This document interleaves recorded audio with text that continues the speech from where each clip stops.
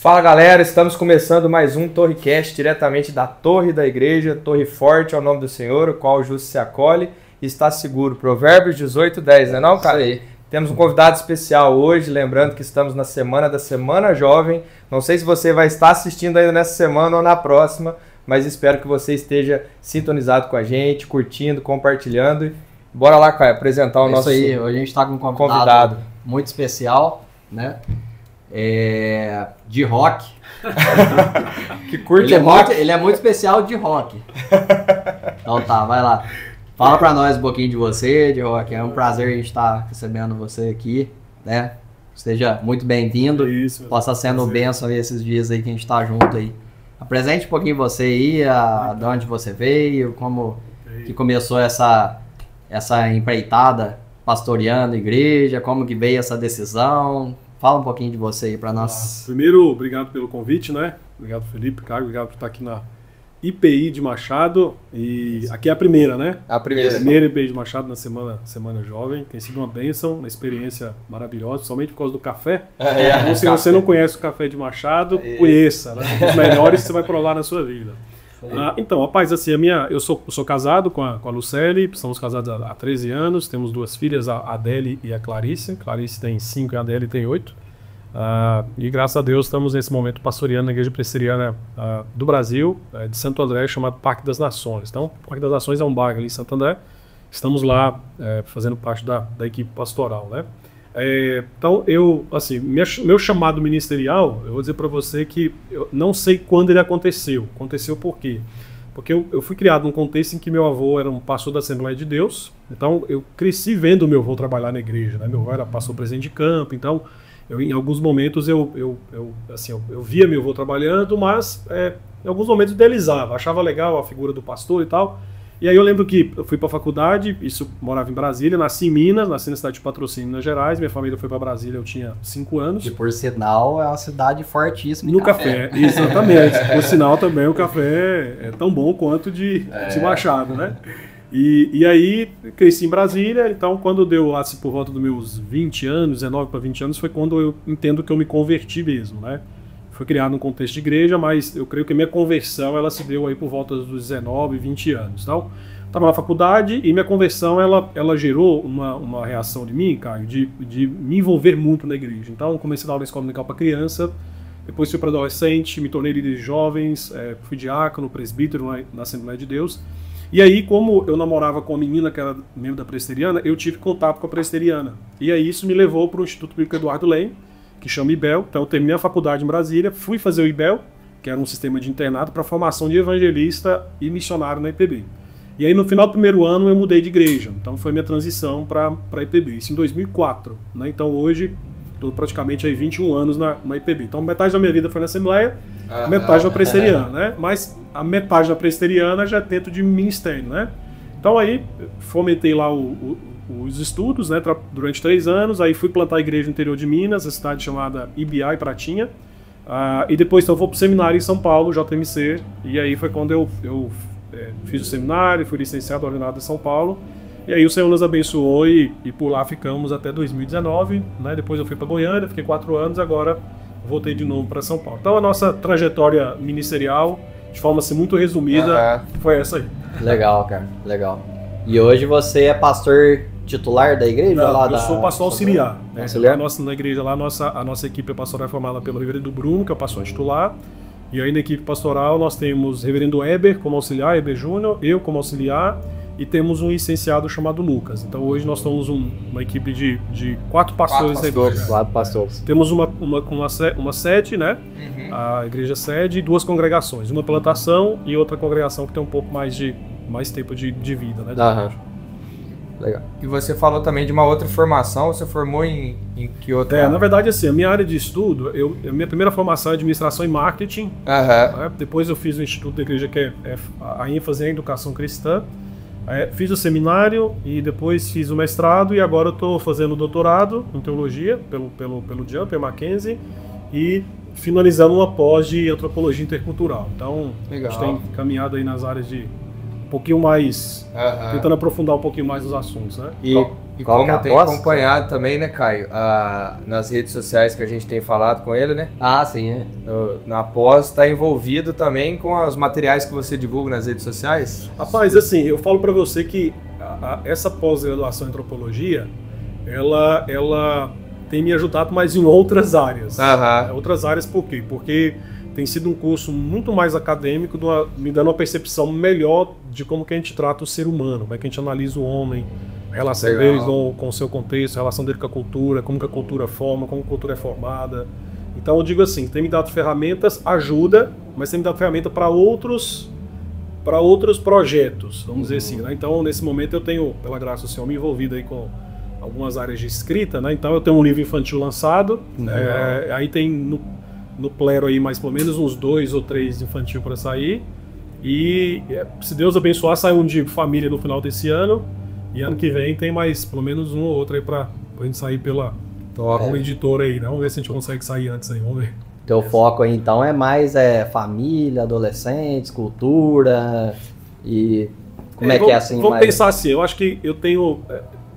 Vamos pensar que internet acaba que você tem que se tornar especialista em alguma coisa. Né? Então, como na internet eu comecei a produzir conteúdo uns 3 anos para cá, tendo uma ênfase maior em família, então acaba que para mim hoje abre-se muito mais possibilidade para falar de família do que outras áreas. Né? Então, por exemplo, escrevi um livro infantil, tem um livro sobre família para ser lançado, o livro do ano que vem, que já estou acertado com a editora para publicar, também na área de família, né? O outro para 2027 também é sobre família, mas me aventuro também. Então, por exemplo, para a nossa editora, a editora da nossa igreja, que é a Cultura Cristã, eu lancei 2 revistas Escola Dominical para adolescentes, né?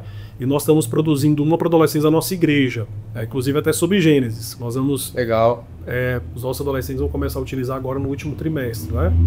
Então, a gente tem envolvido, assim, em vários projetos. Mas, assim, eu acho que o forte, a ênfase hoje, tem sido um pouquinho mais família por conta daquilo que o Instagram tem me proporcionado escrever, né? Mas acaba que ali dentro também você acaba transitando em outras áreas, né? Então, como eu trabalhei muito tempo com jovens e adolescentes, então acaba que também você tem alguns momentos, você tem, vamos dizer assim, uma chamada para ir falar com o jovem, com o adolescente, né? Então, a gente... É que pastor acaba transitando em muita área. Generalista, né? Você vai tudo.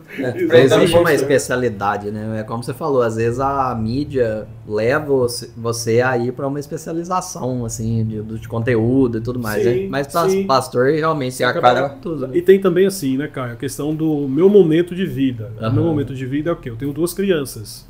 Então, queira ou não queira, eu falo muito, a minha esposa me fala muito isso, né? Que a gente acaba se envolvendo muito com o mundo dos nossos filhos. Então, para entender melhor o filho, para entender melhor a criança, o universo infantil, né? Então, assim, eu nunca me imaginei lendo, por exemplo, como funciona o cérebro de uma criança. Eu não peguei lendo sobre isso, né? Nunca me imaginei lendo, por exemplo, estudando como que o marketing influencia e impacta a vida de uma criança, né? Nunca imaginei como é que você forma o imaginário de uma criança. Tive que ler sobre isso. Então, assim, como a vida dos nossos filhos, a gente está o tempo inteiro discipulando os nossos filhos, precisa de ferramenta para isso. Então, hoje eu falo assim, que eu tenho me dedicado a estudar um pouco mais desses assuntos por conta da minha dinâmica de vida, né? Então, hoje, como nós temos filhas pequenas, acaba que a gente transita mais nisso. Mas pode ser que daqui a 5, 6 anos, por conta do momento de vida, a gente esteja um pouquinho mais focado em adolescência ou algo do tipo, né? Então, acho que o momento da vida acaba que nos conduz em alguns assuntos que outrora pode ser que a gente não trabalhe tanto assim, né? E esse foco nesse livro seu, e fala um pouquinho do livro, né? Ele é focado em alguma coisa específica? O livro, assim, a minha proposta no livro é trabalhar... Na verdade, era para ter terminado já, aí eu inventei de escrever um capítulo a mais, e aí tá faltando uns 3 tópicozinhos para terminar, né? A proposta era terminar agora para publicar até no mês de novembro. Então, não sei se a gente consegue terminar a tempo. Vamos ver se eu consigo terminar.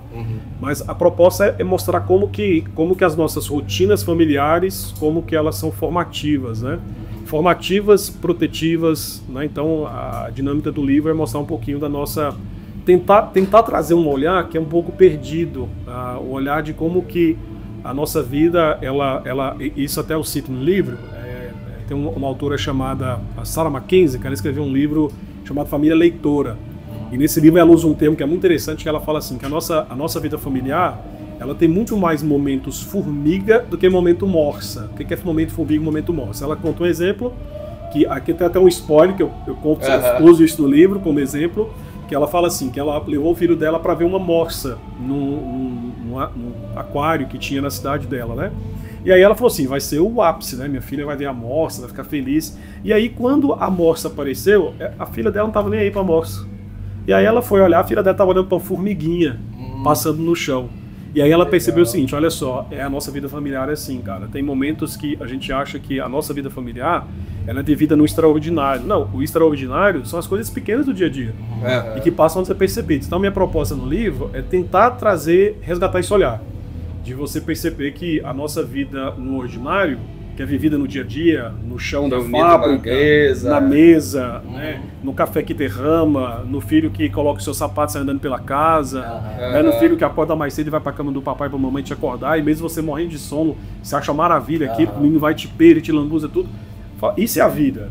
Né? Isso é a vida. E aí nós vivemos no contexto de mídias sociais, que elas tentam passar movimentos, vamos dizer assim, momentos instagramáveis, né?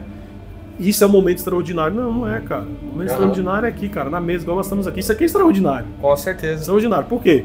Tô vendo o Felipe a primeira vez na minha vida, né, Felipe? Tô vendo um cara a primeira vez na minha vida. Cara, e a frequência, o que ela faz? Ela torna desconhecidos em irmãos que sentam numa mesa, conversa como se conhecesse há 20, 30 anos, dá risada, se alegra, celebra. Isso é extraordinário, cara. Isso é extraordinário. Aí você fala assim, o extraordinário sendo vivido onde? Semana Jovem vocês têm todo ano, não tem? Todo ano. É algo ordinário, mas, cara, dentro do que nós estamos vivendo, história extraordinária. Então a gente tem que, a minha proposta ali vai tentar resgatar esses momentos. Então resgatar essa sensibilidade de você conseguir encontrar a graça de Deus se revelando naquilo que é ordinário. Que quando você para pensar, você fala assim, cara, que extraordinário, né? Então eu gosto de pensar, tem aquela música, né, Forever Young, né, que é o domínio aí, né? Mas assim, cara, se você parar pra pensar, eu vejo muito disso e fico pensando, né, pô, década de 90, eu vivia algumas experiências de escola que eu detestava ir pra escola, cara. Não gostava de acordar cedo. Aí hoje, quando eu ouço aquela música e vejo, né? Como é que era no segundo grau? Você dava a sua camisa pros outros assinar. Aí eu falo, cara, e pior que esse negócio era maravilhoso, cara. Eu quebrava o braço os dias, todo mundo ali. Riscava, né? Aí você para e fala assim, cara, mas isso era extraordinário. Mas a gente vivia no ordinário. Aí depois que você passa, é que você tem a percepção de como que aquilo era grandioso. Então, a minha proposta no livro, Caio e Felipe, é tentar fazer com que você resgate isso antes que você passe. Cara, desfrute isso agora. Veja como que isso é extraordinário agora, para que lá na frente aproveitar você não cada momento. Exato, você não olha e fala assim, poxa vida, cara, foi tão bom e eu desfrutei tão pouco. Poderia ter aproveitado mais, né? Então, mais ou menos perceber que a vida ela é muito rápida e a gente às vezes não aproveita o tanto que deveria aproveitá-la, desfrutar o tanto que deveria desfrutá-la, né? Então, mais ou menos segue nesse... Ele é um livro infantil, mas é mais... Não, esse é pra família. Esse é pra família. Pra família. Sim. Isso é específico pra família. Pra família, assim, eu vou... vamos pensar que isso é voltado só pra pai e mãe? Não. Pra filho também. Né? Já ensinar desde novo. Exato. A não perder o tempo de aproveitar cada momento. Eu vou pensar assim, que o livro ele tem uma proposta de discipular o nosso olhar. Discipular o nosso olhar para poder enxergar pequenas coisas que nós não podemos deixar passar tão desapercebidas como temos deixado passar por conta da vida corrida e maluca que nós vivemos. Justamente, né? E a gente tem perdido um pouco dessa vida contemplativa, né? De olhar para o céu, observar detalhes, que nem você falou, olhar para o seu filho, para sua filha, para sua esposa, as questões básicas da vida e aprender. Eu lembro que uma vez eu até repostei um post que você tinha compartilhado de uma galera jogando futebol na chuva. Você falou assim, isso me lembra da minha infância. E eu também lembrei da minha infância na quadra ali, todo mundo reunido, caindo raio, você começa, vai cair raio ou não, tá jogando bola. Então são coisas que dá saudade, que a gente olha assim e fala, cara, como que foi legal tudo isso aí, né? E assim, é importante porque como vocês aqui trabalham com jovens, eu creio que uma das fases que a gente pouco aproveita isso é a mocidade. A gente acha que a mocidade é tempo de pensar apenas lá no futuro, a gente projeta muito futuro, a gente pensa como muito, vai ser daqui a 10, 15 anos, a gente não para pensar que, cara, muito do que nós vamos ver daqui a 15 anos é fruto do que a gente está vivendo agora. E muito lá na frente você vai olhar e falar o seguinte, cara, eu me esforcei tanto para isso e deixei de aproveitar isso. Né? Então diga assim, a mocidade é uma época da vida que eu olho para trás e falo assim, eu aproveitei muita coisa da minha mocidade. Aproveitei assim, coisas que a mocidade poderia me proporcionar, que eram bons amigos, bons momentos de risada, aventuras. Mas eu olho e falo o seguinte, poderia ter aproveitado mais. Né? Poderia ter aproveitado mais. Então eu creio que o nosso olhar para o ordinário, ele tem que ser treinado desde já para que você chegue lá na frente e você fala, eu desfrutei das fases da minha vida como deveriam ser desfrutadas. Então na minha mocidade eu desfrutei como jovem, a minha fase de adulto eu desfrutei como adulto, agora na velhice estou desfrutando como um velho. E você olhar para trás e falar o seguinte, eu pude desfrutar cada fase no seu tempo de forma proveitosa, produtiva, abençoadora, contemplativa, como bem vai, né? Então assim, os tempos corridos em que vivemos, ele tem nos roubado essa perspectiva, você falou, essa vida mais contemplativa, né? Nós somos muito reativos, né? Reagindo, né? E o tempo tá passando, cara. E a gente tá deixando de aproveitar muita coisa que poderíamos ter desfrutado muito mais, né? É legal isso aí, porque como a gente já passou por essa fase, a gente relembrar os jovens, é porque o jovem, eles não têm isso na cabeça, né? Tipo assim, agora a hora de aproveitar o momento, né? Como fala, né? De buscar agora na mocidade, né? Sim. Quanto é tempo e tal. E esse eu acho que é o nosso papel, né? Que nós passamos já por isso, né? Relembrar os jovens, né? Desse momento que eles têm que ter, né? De se aprofundar mais na palavra de Deus, se apegar mais às escrituras, crescer na fé, para que isso seja o alicerce deles, né? Para a vida, para o resto. E lembra o seguinte, né, cara? Que nós aqui que trabalhamos com jovens, né? Que pastoreiam, discipula, a gente sempre tem que falar para os jovens. A gente fala algumas coisas da vida, não é que nós sabemos mais do que eles. É que nós vivemos um pouco mais e erramos um pouco mais do que eles. Então, esses erros, né, erros e acertos, eles nos dão uma base de experiência para que a gente possa, em alguns momentos, falar, cara, esse é um caminho que eu já trilhei por aqui. Né? Então, a gente quer que você não passe por ele, para que você desfrute de um estilo de vida e ritmo de vida que seja muito mais produtivo e abençoador do que o que eu trilhei há 15, 20 anos atrás. Então, eu digo muito assim para os jovens e adolescentes que eu já pastoreei, né, que eles tiveram oportunidades que eu não tive, por exemplo, de você ter um pastor te acompanhando. Tive isso na minha adolescência, infância e mocidade.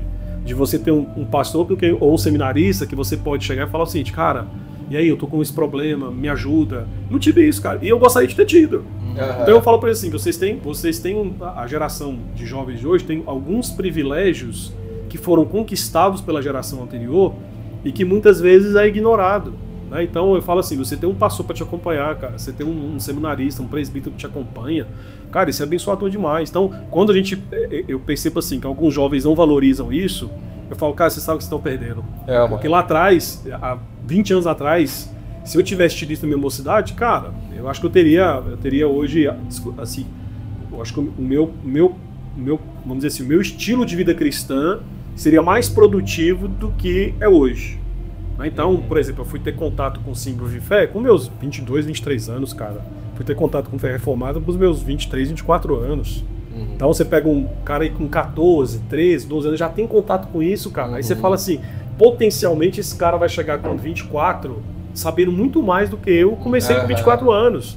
Então, vamos dizer assim, o trampolim para ele ter uma vida espiritual, piedosa, de devoção, até no uso da vocação, é muito maior do que o que a gente teve. Né? E às vezes a pessoa não aproveita isso. Né? Então, às vezes o jovem ele não enxerga isso como uma grande bênção que Deus tem entregado para ele todos os dias na igreja, né? E desfruta muito pouco. Né? Eu vejo que o jovem desfruta muito pouco da bênção de ter pastores que caminham perto deles, né? O discipulado na vida, né? De sentar, de compartilhar dores, frustrações, desafios, sonhos. E o pastor está ali para isso, né? O presbítero está ali, o seminarista está ali para isso, para acompanhar, para caminhar junto, né? E como que foi essa experiência com a teologia da fé reformada? Na época que você teve o contato.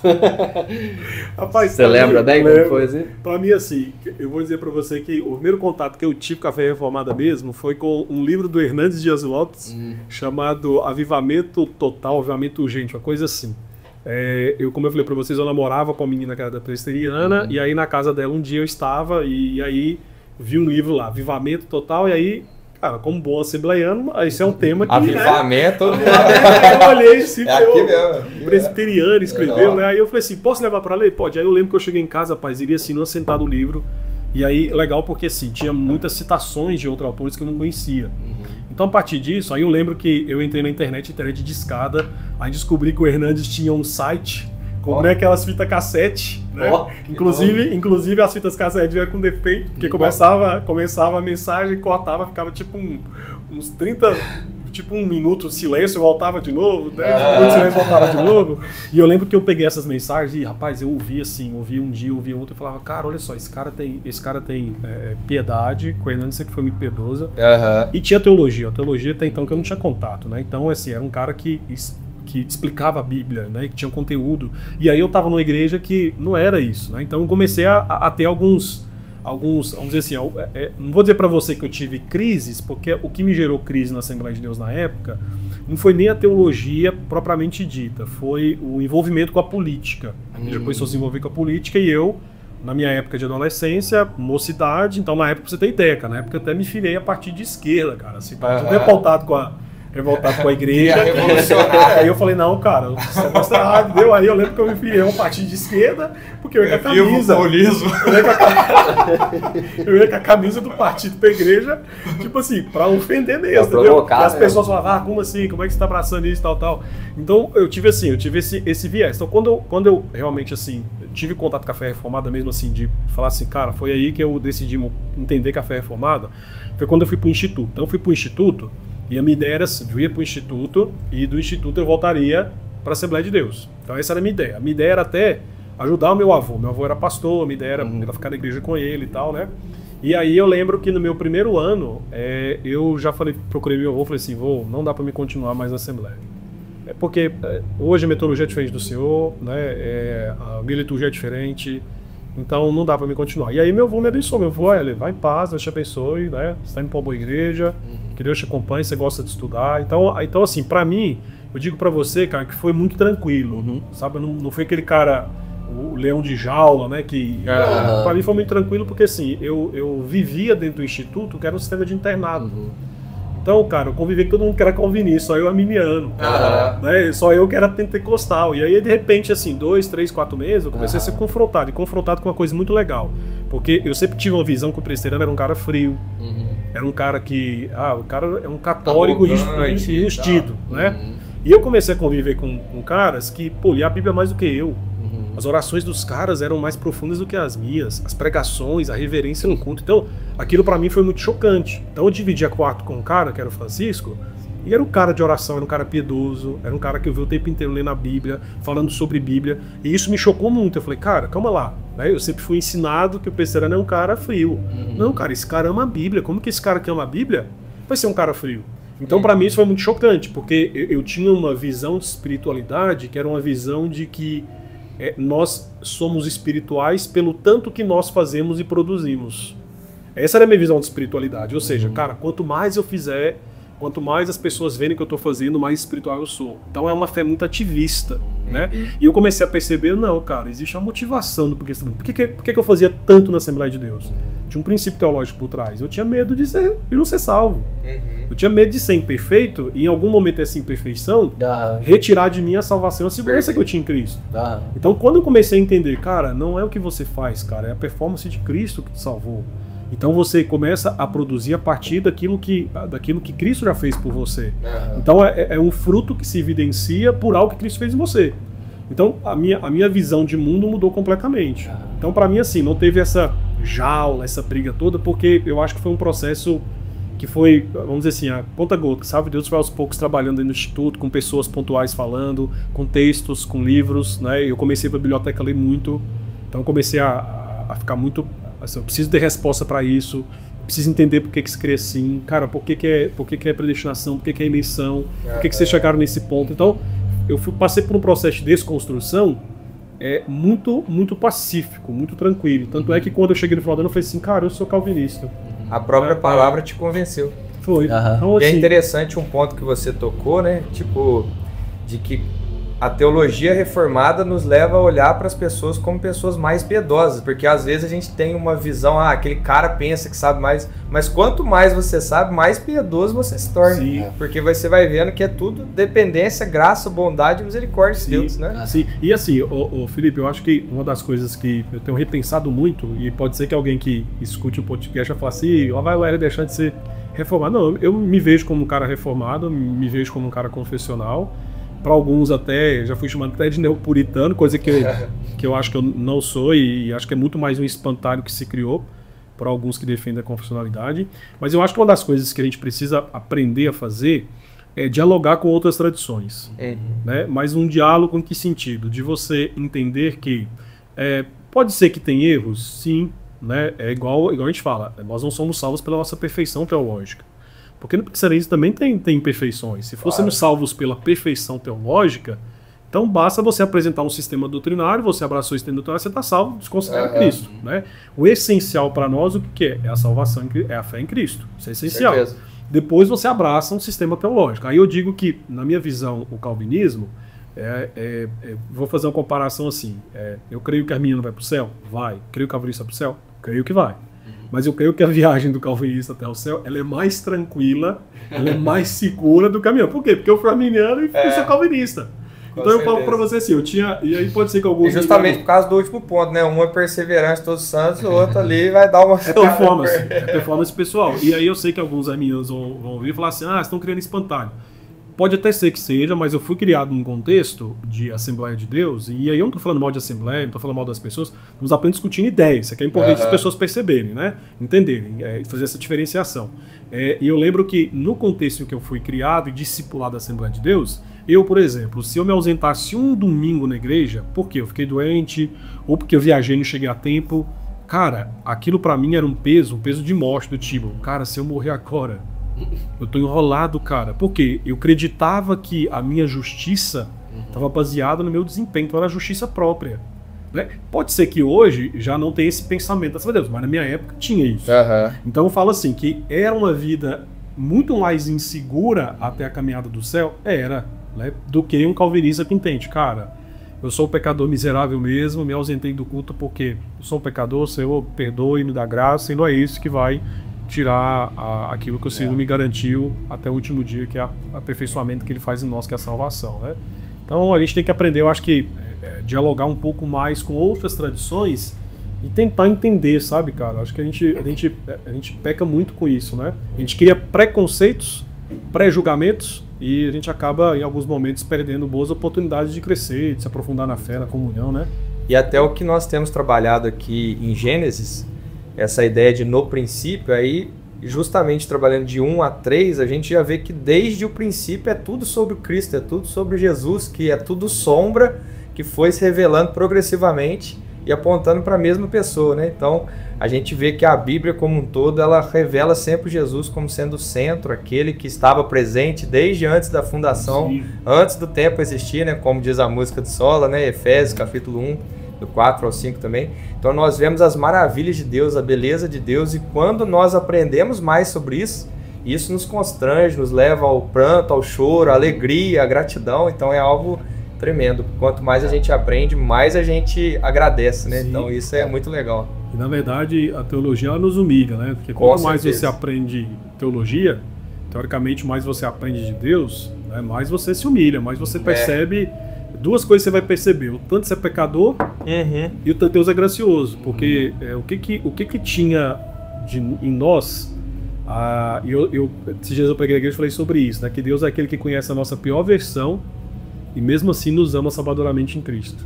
Cara, não tem ninguém que nos conhece melhor do que Cristo. Então, Cristo, quando estende a sua graça sobre nós, Ele não estendeu porque nós éramos bonitinhos e bonzinhos. Nós éramos feios, cara, e continuamos sendo feios, né? E o que nos torna amáveis, né? Lindos diante de Deus, vamos dizer assim? Cara, é a graça de Cristo. Até tem uma frase, eu não sei de qual teólogo que fala, né? O que você vê de bom em mim é Cristo, o que você vê de ruim ou mal sou eu mesmo. Exato, essa é a realidade. Justamente. Assim, o que nos faz ser amáveis, amados diante de Deus, cara, é o Filho amado de Jesus Cristo. Né? Então, assim, a beleza que tem em nós, né? O que levou Deus nos amar foi Cristo, cara. O que tinha em nós que pudesse mover o amor de Deus? Nada, né? A não ser o justo juízo dele. Então, quando você começa a compreender, você fala, não tem como você não se humilhar, você olhar e falar, Deus, obrigado. O Senhor é gracioso, eu sou um pecador miserável. Então, a teologia ela tem que nos levar a isso, a contemplação da santidade de Deus e, ao mesmo tempo, da pecaminosidade nossa, né? E aí você olha para a graça e fala, cara, apesar de um Deus santo, né, justo, bondoso, incomparável, e apesar de nós sermos o que somos, o Senhor ainda nos ama e nos salva, né? Como é que você não se humilha diante disso? Nossa, não tem como. Não tem como, né? Como isso é bom também, né? Maravilhoso. Uai, isso é um rapaz. Queria, né? Você fala que é feliz da vida. O senhor E eu acho o maior erro também da leitura, daquele que lê a palavra, é não colocar Jesus no centro, né? Porque às vezes, porque a gente vê que apesar de Davi, apesar de Moisés, apesar de qualquer outro ali, né, que a gente tá falando, apesar dessas pessoas, né, como a gente tá falando, nós todos somos pecadores, eles eram pecadores, e apesar deles, ainda foram usados ali por Deus para, né, para que a gente possa estar mostrando Cristo ali, né? Então, se a gente não pôs Cristo mesmo no centro das Escrituras, né, de nada vai valer. Assim, e assim, é legal porque quando você vê as escrituras em momento algum, ela esconde os erros dos personagens, né? Ela esconde os pecados, né? Então você vê o homem segundo o coração de Deus, é um homem que adulterou, é um homem que armou um assassinato, encobriu o seu pecado, né? E mesmo assim o Senhor se revela graciosamente e nós temos, vamos dizer assim, Davi como um rei, apontando para um rei muito maior que Cristo, né? Então, a Bíblia, nesse aspecto, ela não esconde que nós somos falhos e, ao mesmo tempo, como você falou, né, Felipe? Está sempre apontando, por exemplo, a gente precisa de um rei perfeito. Davi era um rei, foi um rei maravilhoso. Se você for olhar o contexto de Israel, unificação do reino, prosperidade, crescimento, conseguiu expandir o reino, conseguiu pacificar o reino, conseguiu juntar as tribos. Maravilhoso, mas pecador. Aí você olha e fala assim, precisa de um rei mais perfeito do que Davi. Sacerdote, né? Você olha para Arão também pecou. Precisa de um sacerdote mais perfeito, né? Um líder como Moisés, chegou na hora de entrar, até a prometida, não entrou. Precisa de um rei, então assim, está sempre apontando para alguém maior, e esse maior é Cristo, né? O que eu mais gosto quando eu olho para o Novo Testamento, até mesmo no Evangelho de Mateus e Hebreus, que nós esses dias trabalhamos também, que Jesus Cristo, ele é profeta, sacerdote e rei, né? E uma só pessoa que ele é o sacrifício perfeito, ele é o sacerdote perfeito, ele é tudo, cara. Ele então, é tudo, né? Os ofícios apontam para ele, né? Os 3 ofícios do Redentor. Isso é muito belo, tá? Sim, muito belo. Sim, e assim, é legal falar sobre isso, porque nós vivemos num contexto, e aí eu acho que boa parte das igrejas evangélicas pecam nisso. Graças a Deus, eu acho que nos últimos anos a gente começou a redescobrir a teologia bíblica. A teologia bíblica que nos dá, vamos dizer assim, a base para a gente poder fazer essas conexões e enxergar Cristo, né? Não é que a gente força o texto, a gente consegue enxergar aplicações em Cristo Jesus. Então isso é extraordinário, né? Eu estava pregando domingo passado na igreja, Levítico 10, falando sobre a questão lá do fogo estranho, e aí eu terminei o sermão apontando para Cristo, mostrando que Cristo, vamos dizer assim, foi sobre ele que o juízo divino caiu, né? Então Cristo foi a oferta que foi queimada para que nós pudéssemos nos apresentar diante de Deus não mais como fogo estranho, né? Mas como oferta suave, né, aceitável diante do Senhor. Então essas conexões que nos ajuda a fazer é a própria teologia bíblica. E aí eu falo assim, que nós vivemos num contexto em que nós somos muito moralistas, né? Nós somos um país teoricamente conservador, e o conservadorismo ele te conduz para um tipo de moralismo. Por isso que a gente tem que deixar uma coisa bem clara aqui, né? Conservadorismo não é evangelho. São duas coisas completamente distintas. Existem algumas coisas que nós abraçamos como evangelho do conservadorismo, ok, sim, mas não é a mesma coisa, né? Então, por exemplo, o conservadorismo ele é muito moralista. A moral ela é aquilo que vai gerar redenção, né? Então nós caímos nessa. Então, por exemplo, a tendência nossa de olhar para um texto bíblico a aplicação ela é sempre moralista. Moralista em que sentido? Tá vendo? Seja como Davi, né? Davi fez isso, seja como os filhos de Arão, seja... Então a nossa aplicação é sempre assim, seja igual a esse personagem. Cara, a gente nunca vai ser, né? Então, por exemplo, seja igual a Cristo. Cara, você vai gerar duas coisas na pessoa. Você vai gerar orgulho, cara, eu consegui ser igual a Cristo. Ou você vai gerar frustração do tipo, eu não faço nada igual a Cristo. Todo jeito você tá lascado. Você tá lascado porque ou você vai se orgulhar ou você vai se frustrar. Então a gente tem essa tendência, né, de sempre apontar para algo que você tem que fazer. Uhum. Então é muito difícil para nós, olha, falar o seguinte, cara, eu preciso descansar em quem já fez tudo por mim. E aí quando você consegue essas aplicações em Cristo Jesus, aí você está tratando do coração. Você está tratando daquilo que traz redenção. Então em muitos momentos nossos comportamentos não são corrigidos. Por quê? Porque, cara, se não tratarmos a fonte, o comportamento continua repetindo. Então, por exemplo, filhos é a mesma coisa. Né? Filho, tem hora que você corrige o seu filho volta 2 minutos, é a mesma coisa.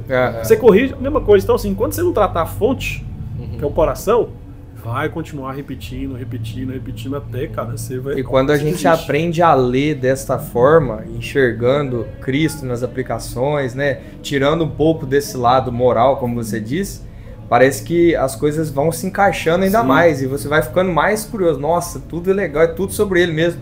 É o princípio, o fim, o alfa, o ômega, vai fazendo todo sentido e as coisas se tornam mais maravilhosas, né? E uma das coisas que o Sebastião Arruda sempre também nos explica aqui é igual quando nós vamos trabalhar com narrativa. O herói não é o personagem, o herói é e sempre será Deus, e Deus é assim, usa até mesmo pessoas improváveis, miseráveis como nós, né? Sim. Então, quando vai trabalhar uma narrativa também, a gente ter esses cuidados, porque às vezes a gente tem o costume de enfatizar alguém, um personagem, mas não, esse cara era um miserável, é graça de Deus aqui que preservou e usou a vida dele. Isso aí me lembra muito quando Paulo fala, né? Sede meus imitadores como eu sou de Cristo. Né? Justamente. Só que aí tem gente que pega, gente, a gente tem que ser como Paulo. Não, mas não é isso, gente. É pra me imitar a Cristo, não é pra mim imitar. Mas assim, pega que esse princípio de Paulo é muito legal, principalmente quando você pensa em questão de filhos. Porque assim, nós somos seres miméticos, somos criados para imitar. Uhum. Então, por exemplo, nós somos imagem e semelhança de Deus. Então, nós vamos em alguns momentos imitar através do reflexo das nossas ações o que Deus é. No cultivo, na guarda, na frutificação, né? Então, existe um aspecto do tempo que nós vamos estar imitando, né? Então, você pega o Salmo 115, quando fala sobre idolatria, e fala que o idólatra se torna aquilo que ele adora.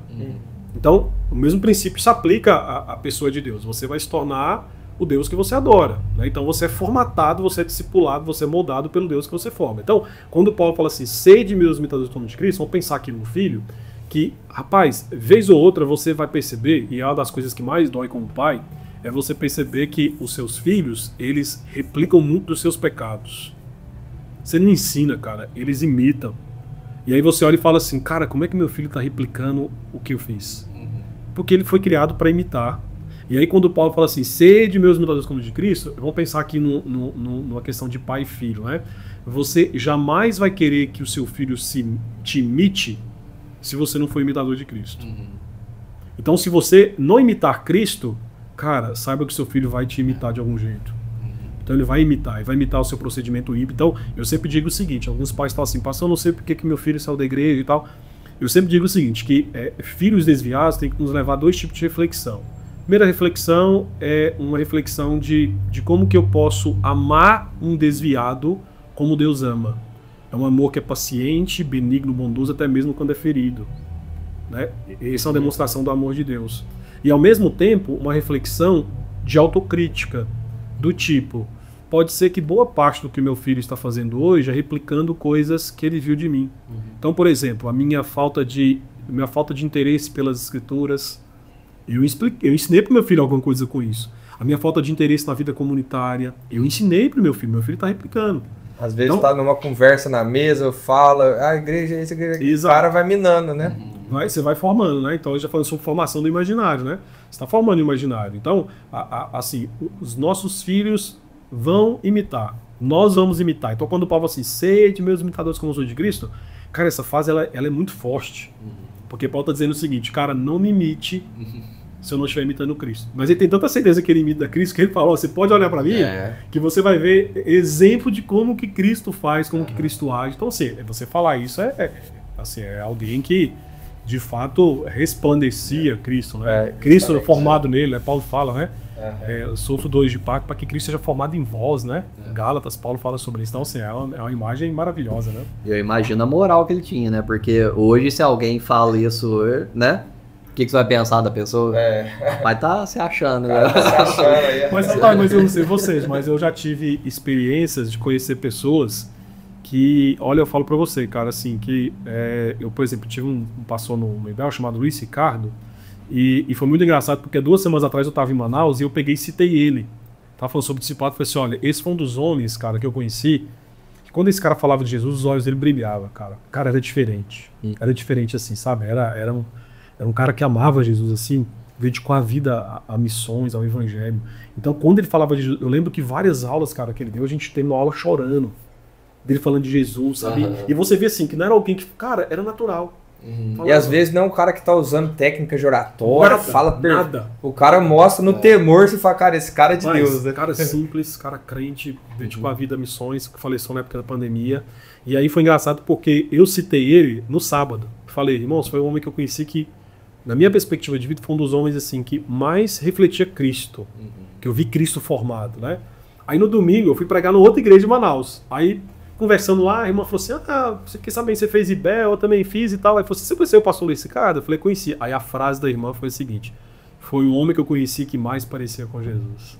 Aí o irmão falou assim, eita pastor, o senhor falou isso lá na igreja, né? Eu falei assim, falei, cara. Falei que o Luiz Ricardo foi o cara que era muito parecido com Jesus. Que privilégio. Então assim, tem pessoas que a gente convive, cara, que você olha e fala assim, sabe, eu sei que essa pessoa é pecadora porque a Bíblia diz, né? Então, essa foi uma frase que... Da filha do Billy Graham. Filha do Shed. Do Billy Graham também falou. Eu vi uma vez que falaram... Isso, que ela disse isso, né? Interessante. Que o pai só era pecador porque a Bíblia falava, né? Então, assim, alguém que reflete Cristo, né, cara? Nas atitudes, nas ações, né? Então, a gente tá longe disso, né, cara? Tem esse privilégio. Eu acho que... Mas ele, eu acho que não é uma pessoa que falaria, né? Tipo assim, 6 de meus imitadores, né? Então, é um peso. Não sei, depende, né? É porque nem você falou que hoje, é porque nós temos, no Brasil, nós temos um senso, eu acho que nos Estados Unidos e outras culturas poderia ter vamos dizer assim, uma conotação diferente, né? No Brasil, como nós temos uma visão mais vitimista das coisas, pode ser que se alguém falasse isso, falasse, nossa, que cara orgulhoso, prepotência, né? E não, né? Então, assim, você vai falar que Paulo é prepotente, falar sei de meus imitados como sou de Cristo, é porque Paulo está usando qual que é o argumento? O argumento que você sabe que as pessoas vão te imitar. Então é que nem um pai, quando o pai fala assim, eu não quero que os meus filhos me imitem, a menos que eu imite Cristo. Mas os meus filhos vão me imitar. De um jeito eles vão me imitar. Então é melhor que eu imite Cristo, para que eles possam ver em mim o exemplo de Cristo e imitar o exemplo dele. É o mesmo caminho. É o mesmo caminho. Então, eu acho que no nosso contexto de cultura... Eu acho que é verdade isso de cultura, né? Porque aqui, por exemplo, se alguém pergunta, você é bom jogador de futebol? Nossa, eu jogo bem demais. Aí você não acredita. Nossa, então você é orgulhoso, você aí tá se achando, né? Não, mas você vai nos Estados Unidos, né, algum lugar, você é bom? Não, eu sou bom de bola, assim. E lá pra eles é muito Cristiano Ronaldo, eu sou o melhor. Eu sou o melhor. Aqui pra gente é arrogante. Arrogante, eu sou o melhor. Porque a gente tem sempre a ideia de que é melhor que os outros falem do que nós. Né? Mas eu não creio que seja errado em alguns momentos você falar bem de qualidades. Né? Ao mesmo tempo também que você expõe. Porque assim, pra nós não tem problema você chegar e falar assim, cara, eu sou ruim nisso. Todo mundo fala, é verdade, isso é ruim, né?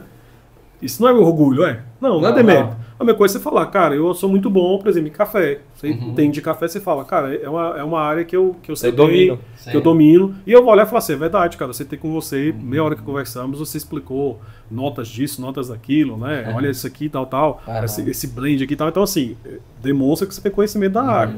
Então, acho que é o nosso contexto, que é um contexto que se alguém falasse, né, seja meus imitadores, como eu sou de Cristo, a gente ia falar assim, nossa, que arrogância, né? Mas eu creio que não, cara. Eu acho que a gente não consegue vislumbrar que existem pessoas que são mais piedosas, que têm melhores virtudes do que nós, uma vocação que desenvolveu melhor do que nós. Né? Então, por exemplo, eu tinha meu irmão mais velho, e eu tinha muita dificuldade quando alguém falava assim, seu irmão é melhor do que você no futebol. Mas por quê? Porque você tem um coração que é muito orgulhoso. Né? Você quer que alguém te elogie, né? E não era um elogio. Eu elogiava o meu irmão, mas pra mim era um demérito, né? Eu acho que esse é o contexto que a gente vive. Eu nunca tive esse problema, não, porque eu sempre fui melhor que meu irmão. Não deixa a parte. Ele é melhor que eu. Mas é isso aí, né, Caio? Chegamos ao fim aí, tá boa a conversa, tinha muita coisa pra nós conversar, né? Mas quem sabe numa próxima oportunidade aí. Fazer a parte 2 aí do nosso podcast. Bora nessa, muito bom. Pra quem não sabe, tá rolando a Semana Jovem, né? Por isso que a gente vai ter que encerrar, né, Felipe? Justamente, agora, já tá. Agora o de rock já vai direto lá pra mensagem agora. Praticamente, né? Já tá aqui na hora já.